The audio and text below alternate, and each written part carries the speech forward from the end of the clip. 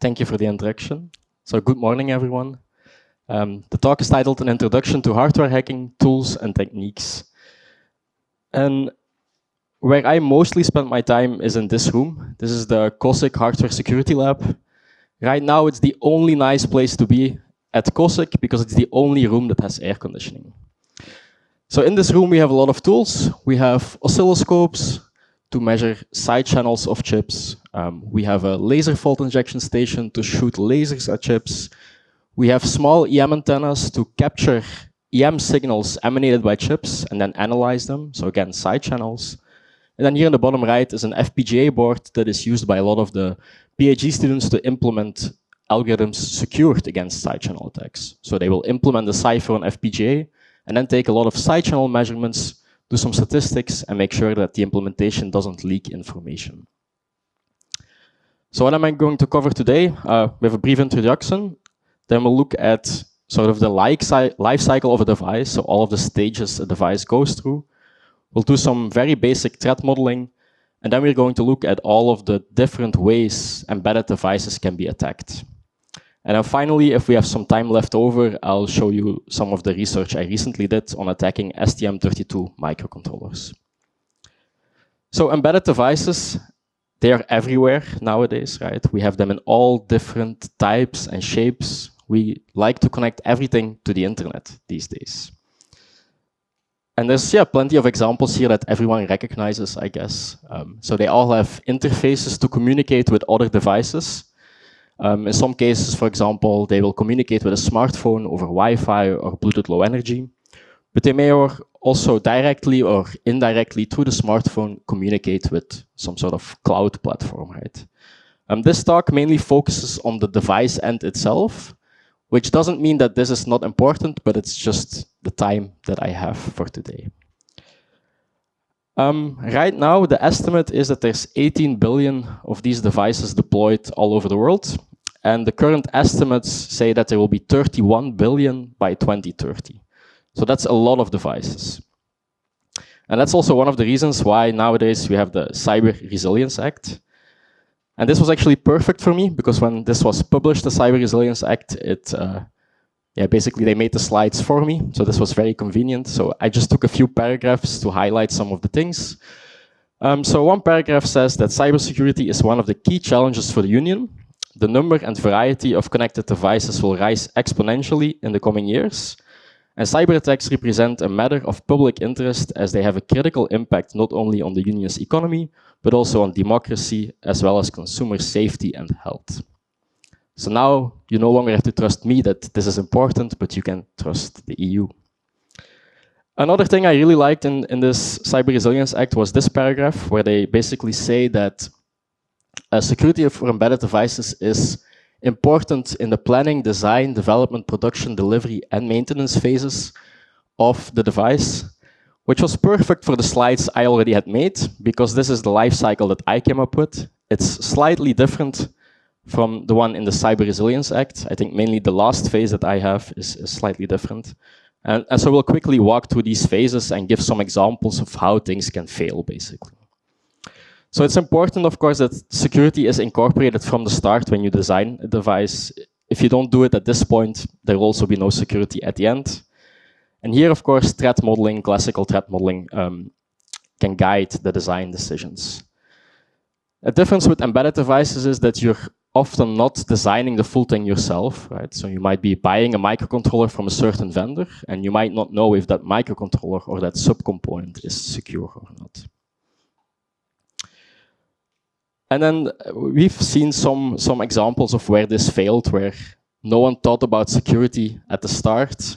The company was sold, so another company acquired the business. They kept on producing the same items. No one looked at the security of this product. And then when we finally decided to look at it, we were looking at a product that was 36 years old. No one had ever looked at it, and it impacted millions of hotel locks all around the world. So then when you've designed something, you have to manufacture it, right? And typically for embedded devices, you don't do the manufacturing yourself. It's outsourced. And so then the question is, can you actually verify the final product you get back from the manufacturer, right? There can be intentional modifications, but also unintentional modifications. An example of an unintentional modification could be you design a product to use an STM32 microcontroller. You ask a manufacturing place to assemble the device. They are all out of STM32 microcontrollers, but they have a so-called drop-in replacement from China that will work just the same. Now, it turns out that you might not notice this difference, but the security of that one specific component is completely different. And I think, of course, this is the most well-known publicized example of this type of supply chain attack in manufacturing stage. I think this one was never actually confirmed to be real, but I think it's a well-known example. Then you have to deploy the device, right? We've manufactured it, so now we have to get it into the hands of the customer. And typically there's some sort of device provisioning state there, right? You have to generate cryptographic keys, store them securely. Maybe you also want your backend, your cloud infrastructure to be able to verify that the device that is connecting is legitimate and it's not a clone. And then maybe you also want the user to be able to verify that the device they received is legitimate and wasn't tampered with. I think this used to be the most famous example of supply chain attacks that were conducted during the deployment phase, let's call it. So this was basically the tailored access operations from the NSA. They were intercepting Cisco equipment, they were opening the boxes, they were modifying the equipment, sealing the equipment back, the box back, and then shipping it along to its destination. So that's, of course, a nice way to do a supply chain attack. I think maybe nowadays, this is the most well-known example of a supply chain attack. So these were the pagers that were exploding in Lebanon. Now we've deployed the device, we have to maintain it. There's a lot of things that have to be maintained, right? There's the backend cloud infrastructure has to be maintained. We need to do software updates on the devices, and you want those updates to happen securely. We don't want others maybe to be able to run their own software on a device. Maybe you want to be able to detect if the device has been modified or if someone tampered with the device in the field. And then in the end, it would be nice if we can build something that is serviceable, but not easily compromisable. And this has to happen over the entire lifetime of the device. So if you think about a car, for example, the car might be around for 15, 20 years. Doing all of this in a secure way is pretty difficult. Some examples of how this might fail. This can fail in many different scenarios, of course. But one example here was an engineer basically working at one of the Tesla factories was offered $1 million to plug in a USB stick into one of the machines on the factory floor. This employee decided to report it and to not plug in the USB drive. But you can imagine that there might be others that will accept the 1 million, plug in the USB drive, and then compromise basically the entire manufacturing, right? Other examples are chip manufacturers being compromised for over 2 years before they noticed. And I think this is interesting also in the context of certification schemes, because there's a lot of certification schemes that will take into account how public your documentation about a certain chip is. Now, I would say that if a company is compromised over 2 years, maybe we should assume that everything is public, but I don't think that's how it's done today. Then there might be other types of attacks, right? So there might be pirates trying to watch TV for free, for example. This is a very famous example from the pay TV era. There might be competitors that want to analyze your product, do so-called competitive analysis, right? To check how secure your device is, and maybe also publicize the results they find in your device. Now, finally, one of the most interesting steps, I think, is the disposal step. And that's also often the step where I start, because sometimes the devices I like to look at are devices I cannot buy, right? So I have to find more creative ways of getting the devices. So one of my favorite websites is eBay. eBay has everything you can dream of. You can find a Stingray on eBay, so this is something only the police should have. This one is pretty expensive, but you get the idea, right? There is no consumer that should be able to have this, yet you can go on eBay and simply buy it. There's another story of Tesla replacing infotainment units in cars and just throwing out the old infotainment systems. Some people went dumpster diving, they recovered all of these units, they extracted memory from them, and they were able to basically see GPS locations of where these cars were previously at and so on. So securely disposing of devices and making sure that everything is erased is important. One other example of something you can find on eBay, this is an Ericsson baseband unit. So this is supposed to go up onto a cell tower, right? Again, not something you as a consumer should have. And if you look very closely at this picture, I can even tell you which telecom operator this device came from. Because a lot of companies, they like to use asset tags, right? So maybe some of you have a laptop with an asset tag. Well, there's people that like to build tools that scrape the entirety of eBay and try to do optical character recognition to find these asset tags to see if they can find a laptop that is of interest to them. Now, if we quickly think about threat modeling for embedded devices and how it's different for classical systems, well, you always have to remember that embedded devices, they are inherently exposed to a hostile environment where there's adversaries that may have physical access to the device, right? And to add to it, to make it even worse, the physical attacker might be the legitimate owner of the device. So maybe I own a gaming console and I really want to play pirated games. Well, I now have a lot of time and maybe budget to invest into breaking this console, right? And this has happened in the past. So here there's a few examples of how the Xbox gaming console was attacked. So here on the left is the kamikaze attack. And here the idea was basically this chip was responsible for verifying if a game disk was legitimate or not. If you can change what this chip does, you can basically decide when a disk is legitimate or not, right? So some people figured out that inside of this package, there's two chips on top of each other. You can see the one in the middle with the bond wires going out, right? And they figured out that this is the chip that actually contains the software that's being executed by the bottom chip. Then some people figured out, okay, if we can touch one of these small bond wires, we can pull it to ground, then we can overwrite the firmware on the chip and basically decide which disks are legitimate. So people were really doing this at home themselves, right? They were taking a very small drill bit. They were counting pins on the side of the package. They would put a drill there, drill down into the package, touch this bond wire to ground, overwrite firmware, and then play pirated games, right? Just to show you what sort of things you have to protect against. And here there's two very interesting talks that you can find online. So one was from Microsoft, showing all of the effort they did into securing the Xbox One, which was released, I think, 2012, 2013, somewhere there. And then a talk from this year, 2026, where someone basically hacked the Xbox One. But both of these talks are very interesting because it shows what sort of countermeasures were already in these devices back then and what sort of effort someone is willing to go through to break it, even though it's like 14 years later, right? So from a consumer viewpoint, doing threat modeling for embedded devices is very difficult, right? You might all have a different attacker in mind, right? Maybe it's a random hacker, an ex-partner, or a nation state. So of course, the types of things you have to protect against are very different.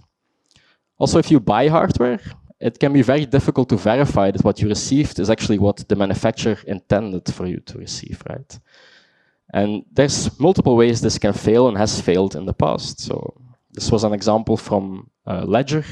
So Ledger makes hardware cryptocurrency wallets, and they had a data breach. So they lost basically information about their customers, so names and addresses. Some people figured out, okay, maybe we can make a wallet that looks exactly like a Ledger wallet, but we modify it slightly so that we can steal the private key. We have a list of Ledger customers. We're going to send these devices to all of these customers. We're going to include a nice letter from the CEO saying, we're very sorry for losing your data, but here's a hardware wallet to make up for it, right? And so, of course, if someone actually used those wallets, they would lose their funds. But even for criminals, it can be pretty tricky to do threat modeling or to figure out if the device they got was legitimate or not. So this is an example of one of the crypto phones that were popular a few years ago. These were mostly used by criminals and drugs dealers and so on. And a lot of law enforcement agencies took down a lot of these different crypto phones. But at some point, the FBI decided maybe it's more lucrative if we actually take over one of these businesses and then start monitoring all of the people that use these phones.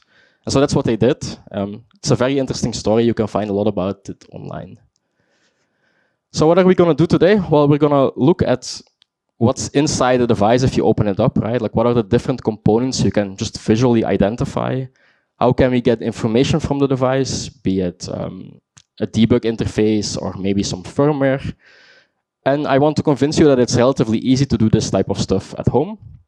And then if there's certain countermeasures, things become more difficult and we have to do more advanced attacks. So this is what you will find in a lot of embedded devices. So at least in an embedded Linux device, let's say.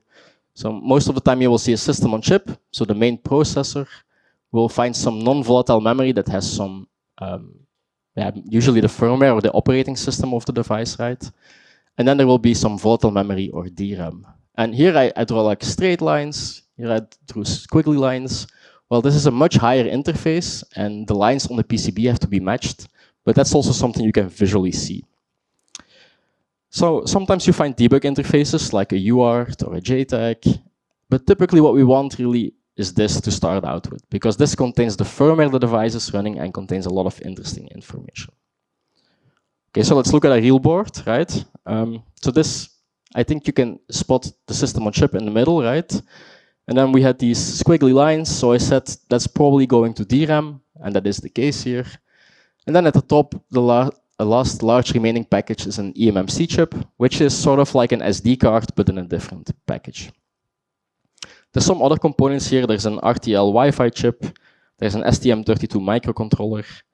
This board has a microphone input. It has Wi-Fi. It has a webcam. There's a speaker. Now you might think, what device did this come from? Does anyone want to take a guess?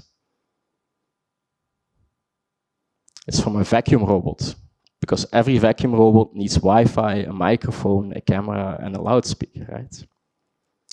So what can we do once we have the device opened up and we look at the board? Well, we can look for different debugging interfaces. So these are typically the same interfaces that the developer would use to figure out bugs, right, and to fix things. But we can, of course, also use them to obtain information from the device. Now, there's a lot of these different interfaces. I'm not going to cover all of them. But typically what you want to do is you want to connect it to certain points on the board, try to figure out what those test points are used for. So a logic analyzer is very useful for that. And then you want to hook up a tool that is capable of talking that same interface, right? And then you can do interesting things. So an example of UART. So I think this was from the same vacuum cleaner board or a different vacuum cleaner board. But here they were nice enough to even label the test points, so RX and TX. If you see RX and TX in a device, that's usually UART, it's receive and transmit. So what you can do is simply hook up a USB to UART converter to these test points, and then you can start talking to the board. Other times they will not label it, and it will just be like 4 test points close to each other. You can usually just assume it is UART, but you can also hook up the logic analyzer and visually inspect, right?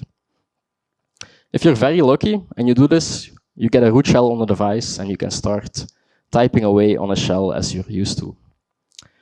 So here's an example of a device where I did this. So I opened up the device, I noticed this connector on the side. So I assumed there's probably something interesting here, right? Because otherwise the connector wouldn't be there. I soldered some wires to a breakout. I connected my logic analyzer here, and I noticed, there's a UART shell here. Then I connected my USB to UART adapter, and you get this sort of output. And you can see this is an automotive component, and it asked me for a login. I didn't know the login, but I guessed root for the username, and I guessed root for the password, and apparently I guessed correctly, so now I am root on a tuner, and you can start doing things. Now, as I said, it's an automotive component, so this has also an automotive Ethernet interface.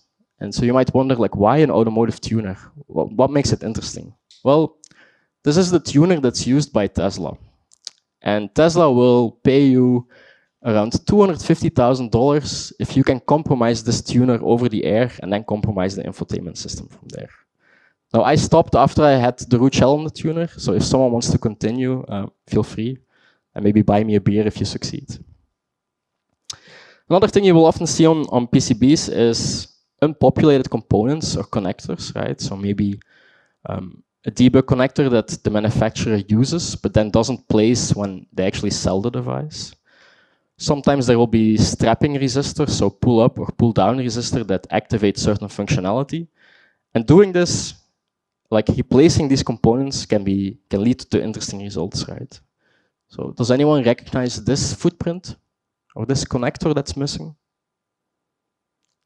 It's a USB connector. So a USB connector on the inside of a device, right? So if you populate it, you connect it to your computer, well, this device was running ADB, so like an Android phone basically, and again, we just give you a root shell. In the other case, it was physical push buttons. So of course, it's always interesting to see what these buttons do, right? And you can find really weird things like this. So this is a data sheet that I found on Google. And this chip has multiple GPIO pins that it will read when it boots up to check which functionality you enable or not enable. And there's a few interesting options here, right? Because you can force USB boot, you can enable JTAG, it looks like, but you can even enable or disable authentication with a pin. That's kind of weird and interesting. So now the next thing we want to do is we want to recover firmware from the device. And there's multiple ways of doing that. In this case, I was looking at a board that has an eMMC chip. Like I said before, an eMMC is basically an SD card, but it's packaged slightly different, right?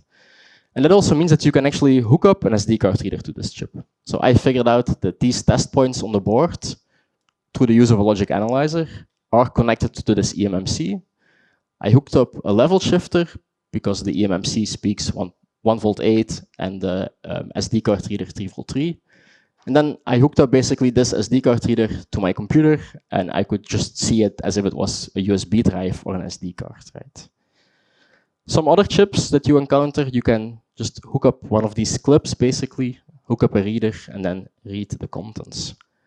Now, in some cases, these in-circuit techniques, they will not work because maybe the main system on chip is actually interfering with what you're trying to do, right? And then you have to take the chip off the board. Again, for this, there's multiple techniques. So I usually just use a hot air station. So you heat up the board until the solder melts, you take off the chip, you put it in your reader, right? And then you can even put it back on the board if you want to. If you're more into the type of forensic applications, then maybe you want to get more of a fancy milling machine because they might be scared of heating up the board too much, so they will actually mill from the backside of the board until the chip just falls off. But this, of course, you can imagine that these are more expensive than this.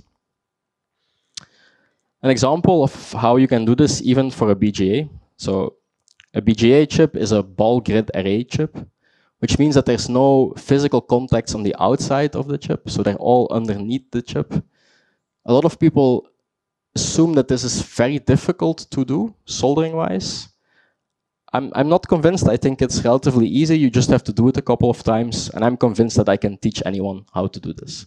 But so you do the same thing. You heat up the board, you take the chip off, you clean it, you put it into one of these sockets, which you can find on AliExpress, so they're not expensive either. Then you can attach this to your computer, and you can read out the memory of this chip.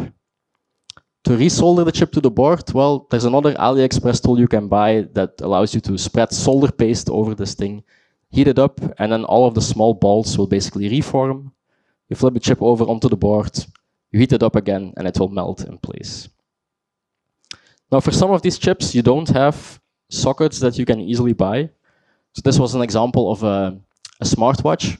What they like to do in small devices is they like to stack chips on top of each other. So you can see here, there's a main system on chip, and then there's another chip stacked on top of it, right? And here you can see the small solder balls.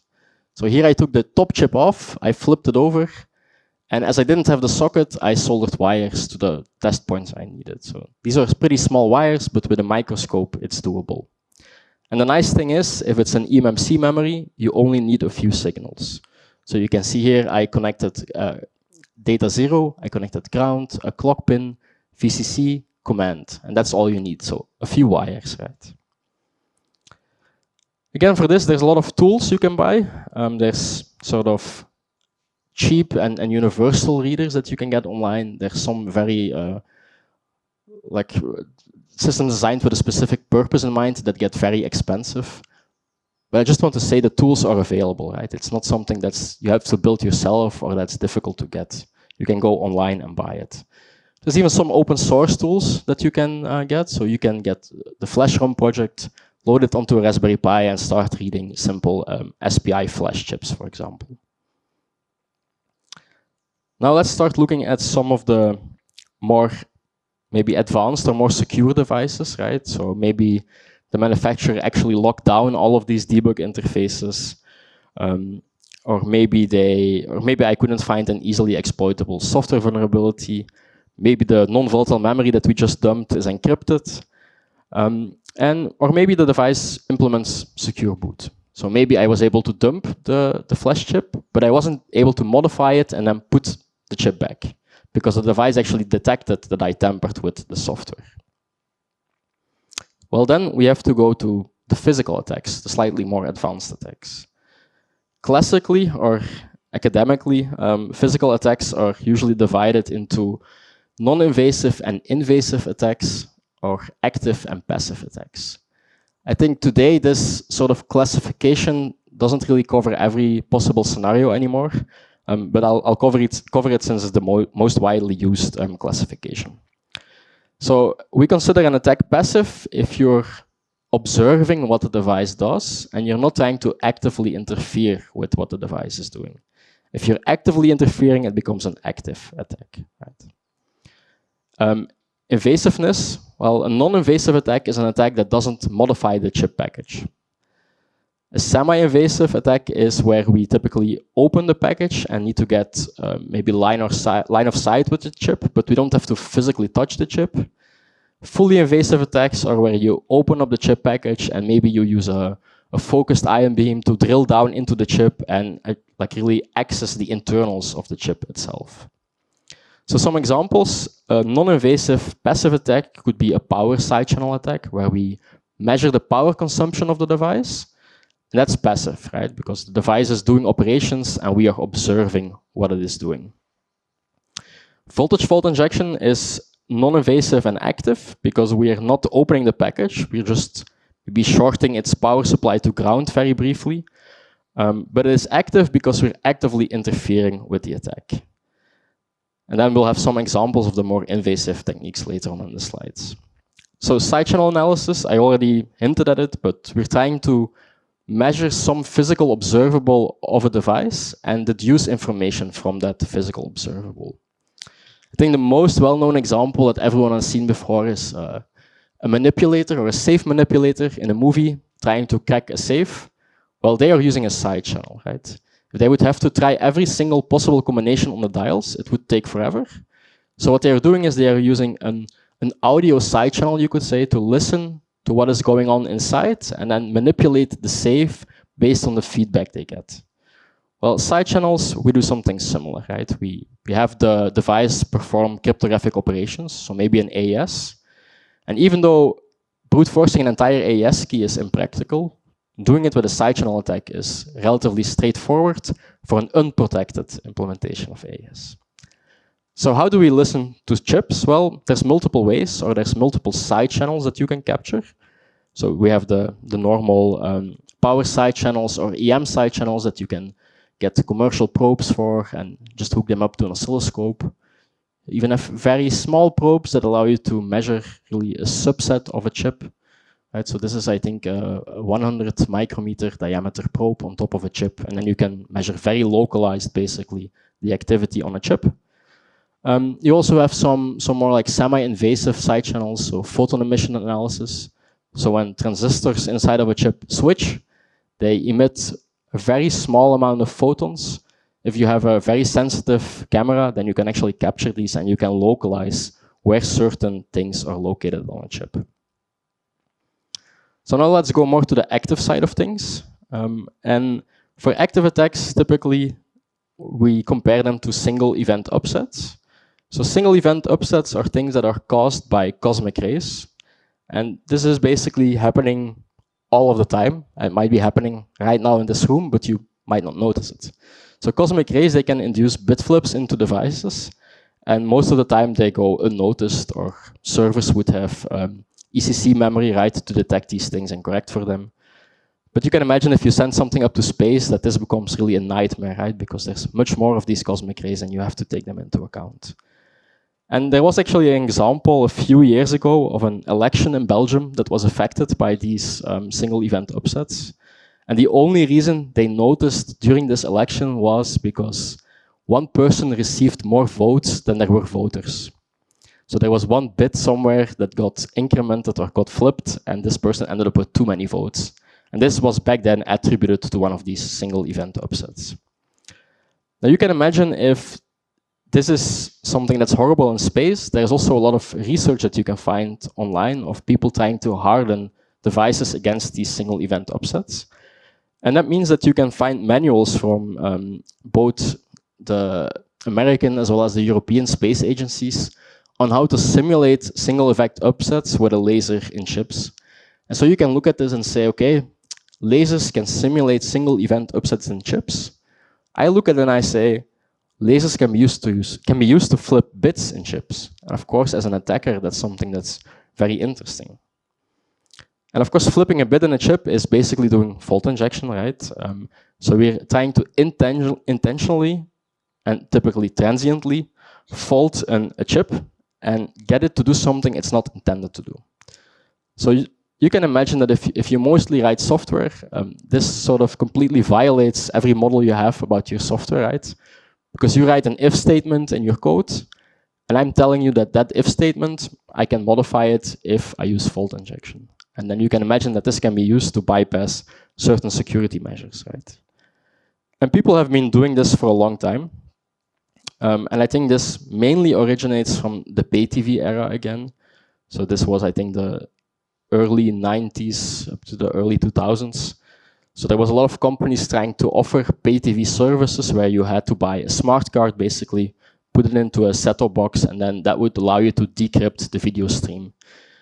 And this is a very interesting story. You can find even documentaries about this entire era online, because what happened was there were pirates that were trying to crack these cards. They would then sell pirated cards to people so that they could watch TV for much lower cost. But at the same time, these companies were trying to hack the cards of each other, and they were actually hiring pirates to hack the cards of other companies. They were also just leaking some of the things they found about their competitors to the pirates, who would then post it online. So this, you can imagine that this got ugly very quickly. So a lot of companies went bankrupt over this, and so on. But in this specific example, what people did with fault injection was, so there was a smart card, and one of the manufacturers decided to push a firmware update. So they found a way to detect which cards were fake. They pushed the software update to those cards, and it would send the card into an infinite loop. Well, an infinite loop is something that's very easy to skip with fault injection. So someone built a device called an unlooper. And as you can imagine, you insert the card, it glitches the card past the infinite loop, and now you can watch pirated TV again. As with side channels, there's many commercial tools that are available to try and see how secure chips are, or try to circumvent security features of chips. Right? So you can cool down chips, and this can have an interesting effect. Maybe one thing you should realize is that all of the chips that are made are designed to operate within certain regions. So be it temperature, for example, or clock speeds and so on, voltage ranges and so on. Faulting chips is usually just bringing the chip outside of those operating ranges, and maybe for a very short amount of time. So we can short the voltage supply going into a chip very briefly. So we're talking a few hundred nanoseconds. Shorting power, typically bad, but when you're doing fault injection, it works really well. We can inject EM pulses into a chip. We can shoot a laser through the backside of a chip and affect really small areas in the chip. And as I said before, there's commercial tools for all of these things. So the Chip Whisperer is an open source project that's meant to teach people about these attacks and how to also make designs more secured against these attacks, of course. Then there's commercial tools like the Chip Shouder, which is more expensive, but there's also a cheaper variant of it that's like $40 or $50. So people can buy this and experiment with these techniques at home. Another thing we can do with chips is we can image them. And there's a lot of things you can learn from an image. And they can be used in a variety of contexts, right? So this is an X-ray that I took of a chip package.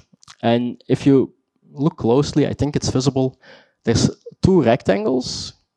and they are interconnected with bond wires. So it's a bit sort of a similar scenario as the Xbox example I showed, but in this case it's a microcontroller and a security chip, and they are communicating with each other. And if you can look at this communication, you can get some interesting information.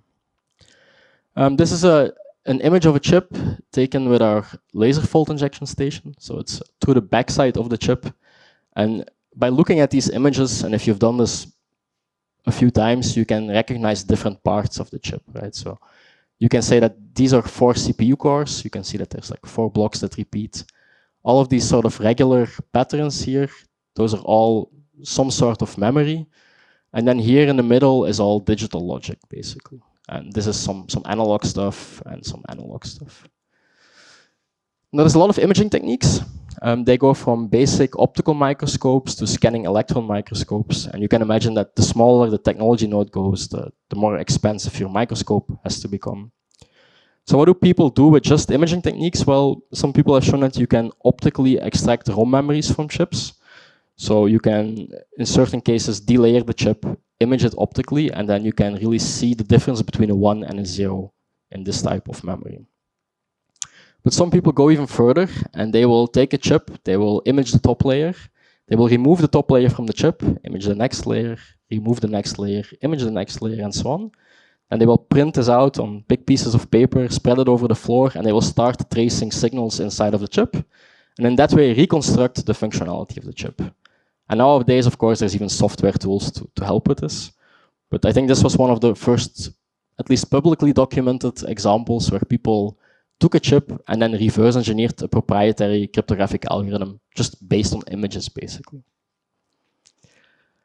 And of course, you can also combine a lot of these techniques, right? You can use imaging techniques or side channel techniques to learn something about your device. So you can maybe take a backside image of a chip, so like this one, and then we can use maybe photon emission analysis to check which exact parts of a chip are active. And then maybe you can use a laser to target those specific areas inside of a chip. Right? So in this case, this is an example of us writing the value 10, 10, 10, and so on to a specific address in SRAM memory. And so you can really individually see where the bits are in this microcontroller for writing to SRAM. And now maybe you can try like pointing your laser at the same location and seeing how that influences the chip, right? And again, for this, there is very expensive commercial equipment, but the equipment exists because chip manufacturers require this equipment to be able to do failure analysis. So this is a Hamamatsu FIMOS machine. I think they start at around $500,000, so you need a big budget, but these types of machines allow you to do very advanced attacks, right? Now we can get even more invasive if you want to, so we can start probing signals inside of a chip. And for this you can use a microprobing station. And the idea is relatively simple, right? You take a needle, you put it on top of maybe the data bus in a chip, and you observe the signal as it moves through the chip. In practice it can be more difficult, of course, because you need to know what to probe, and maybe the signal you want to probe is not on the top layer of the chip, so you have to first dig into the chip and then probe the signal, right? But again, budget is basically the main constraint here, because if you really want, you can probe a single 60 nanometer transistor inside of a SEM with this technique. So you can go as far as you want, basically. Instead of probing, maybe you can also just modify the chip to make it do something else, or maybe you can reconstruct an E-fuse that was blown previously to re-enable JTAG, for example. And people have shown that you can do this using a focused ion beam. So this is a machine that basically allows you to, in certain ways, allows you to remove metal from the chip and deposit new metal.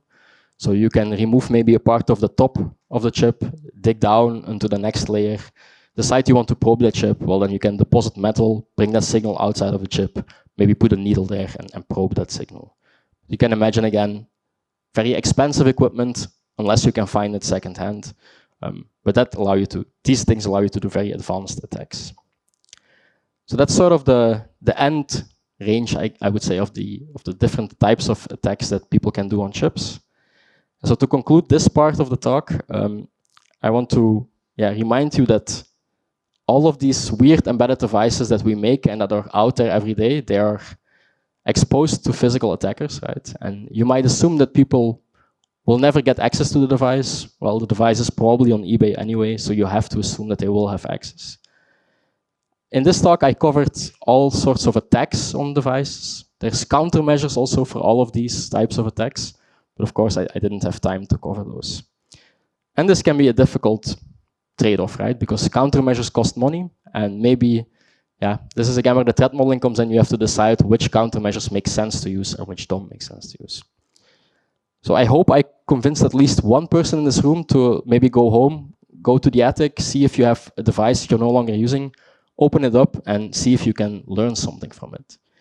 If you're interested in this field in general, I can recommend this book because it gives you a very wide overview of all of these types of attacks and it even walks you through doing some of these things at home. Are there any questions about this part of the talk?